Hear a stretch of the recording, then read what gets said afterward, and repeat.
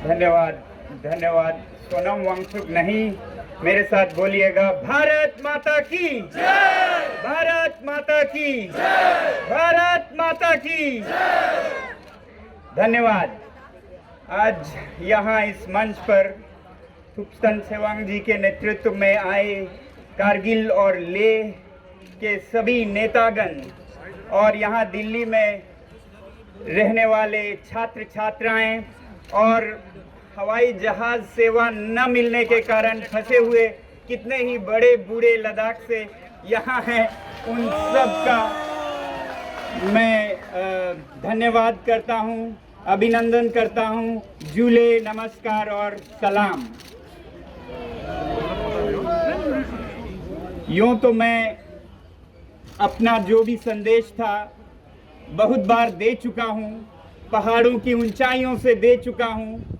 मेरी उम्मीद थी कि उन पहाड़ों के बुलंदियों से हमारी आवाज़ दिल्ली तक और सरकार तक ज़रूर पहुँचेगी, मगर लगता है शायद नहीं पहुँची, क्योंकि इसीलिए कोई न्योता नहीं आया है हमारे नेतागण को वार्तालाप के लिए भी, कि हम वार्तालाप से फैसला करें कि क्या लद्दाख में होना चाहिए। इस डायलॉग के लिए, इस वार्तालाप के लिए भी अभी तक कोई न्योता नहीं आया।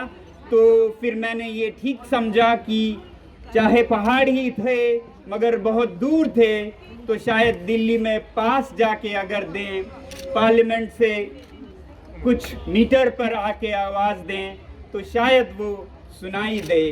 तो मुझे बहुत उम्मीद है कि हमारी सरकार, जिन्होंने लद्दाख का ध्यान रखते हुए लद्दाख को इतनी पुरानी, लगभग असंभव मांग जो कि यूनियन टेरिटरी, तो शायद वो सुनाई दे।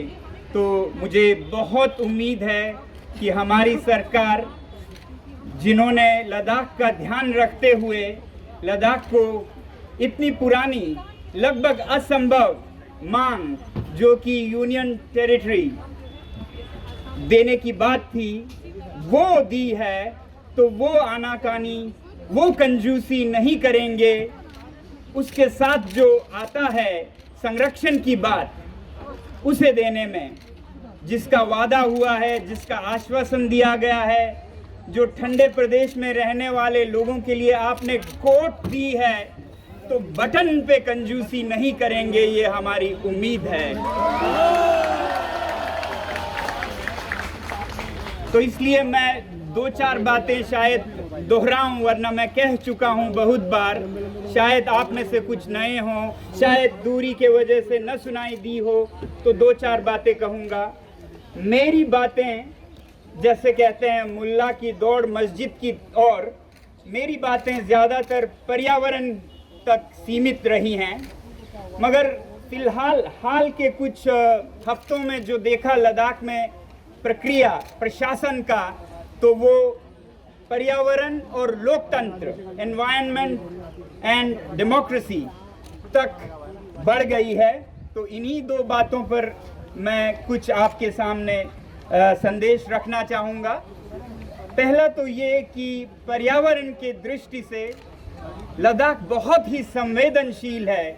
हम कैसे ये सुनाएं हमारे देश के नेताओं को, सरकार को, जनता को, सिर्फ सरकार ही नहीं, मेरी आवाज़ जब सब हर बार जनता तक रही है, और मैं इसीलिए अपने इस अनशन को क्लाइमेट फास्ट कहता था, जो कि पर्यावरण के लिए भी ये अनशन था, क्योंकि सरकार से तो हम मांग करेंगे, मगर लोग हमारे जो शहरों में रहते हैं, या हम ही क्यों नहीं जो लद्दाख में रहते हैं, वो अपनी जीवन शैली को भी बदलें, ताकि हिमालय का ये जो पर्यावरण है उसका संतुलन न बिगड़े। हमारे जो पर्वतों में ग्लेशियर्स हैं वो सूख ना जाएं, और जिसकी सज़ा सिर्फ लद्दाखी नहीं भुगतेंगे। बहुत बार मैंने देखा है, लोग सोचते हैं ये लद्दाख के लोग क्या मांग रहे हैं, संरक्षण क्यों चाहिए इन्हें। तो ये लद्दाख के अकेले के लिए नहीं मांग रहे हैं, सिर्फ लद्दाखी नहीं भुगतेंगे। बहुत बार मैंने देखा है, लोग सोचते हैं ये लद्दाख के लोग क्या मांग रहे हैं, संरक्षण क्यों चाहिए इन्हें। तो ये लद्दाख के अकेले के लिए नहीं मांग रहे हैं। आज हमारी बारी है अकाल का, बाढ़ का। एक साल में बाढ़ आता है तो दूसरे साल में अकाल पड़ता है। ऐसी परिस्थिति हुई है लद्दाख में, पहाड़ों में, जलवायु परिवर्तन के वजह से और स्थानीय जो मानवीय कारकर्दगी है, ह्यूमन एक्टिविटीज़ है, उनके वजह से। तो इनसे हिमालय को बचाना, इनसे लद्दाख को, इनके ग्लेशियर्स को बचाना आप सबका कर्तव्य है, सिर्फ लद्दाख के 2-4 लोगों का नहीं। उनकी बारी आज आई है, उन्हें विस्थापित होना पड़ रहा है गांव से बिना पानी के। कल को आपका पूरा उत्तर भारत इससे प्रभावित होगा। कहा जाता है कि इन हिमालय के ग्लेशियर्स पर 200 करोड़ लोग निर्भर करते हैं, जो कि दुनिया की चौथी आबादी है, और पूरा उत्तर भारत सीधे या इनडायरेक्टली इन पे निर्भर करता है।